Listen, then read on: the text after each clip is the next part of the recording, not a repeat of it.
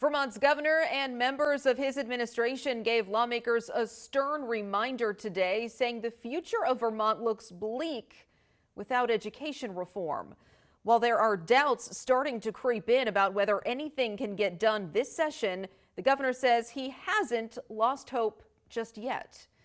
ABC 22's Matt Holderman was at the State House today, and he joins me now live in the newsroom with more details on this ongoing debate, for sure. Yeah, Lauren, that's right. Governor Scott brought his education secretary and tax commissioner into the room to help back him up today, laying out data showing what Vermont looks like over the next year without education transformation.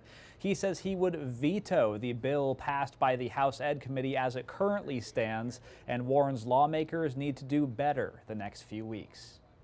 We need more action than studies. We've studied this enough.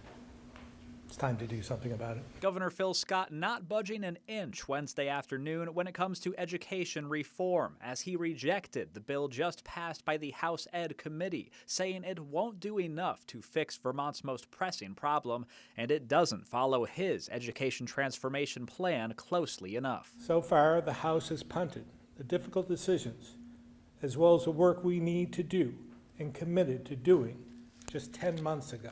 Members of Scott's administration joined him to give lawmakers a reminder of what will happen in the next year if they don't take action before the session ends 1 month from now. Tax Commissioner Bill Scholdice says his office has already started crunching the numbers on what next year's property taxes could look like if they do nothing, and he says there will once again be a large increase. 7 to 10%.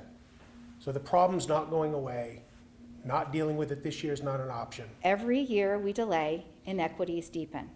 Students miss opportunities they don't get back. Although Scott and his team disagree with the current proposals lawmakers are working on, they believe there is still hope those bills can be amended to a more palatable point that both sides can agree with. As far as the House Education Committee's plan goes, Vice Chair Beth Quimby, one of the 4 Republicans who voted against it, says if they can put more stipulations in the bill that would force district mergers and find a way to make the bill go into effect faster, Republicans might be able to get on board with it. Amendments could be made to this in the process. Those timelines could be shortened up considerably. There's definitely opportunities where this bill could be improved and have more likelihood that we would vote for it. It's amazing the work that can get done at the end of this session when there's people of like minds working together to solve the problem. So I think it's possible.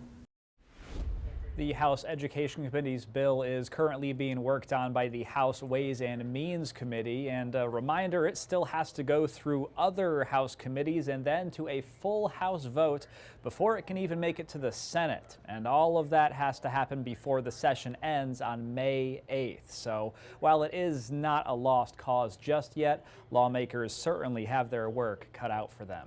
Reporting live in the newsroom, Matt Holderman, ABC 22 News.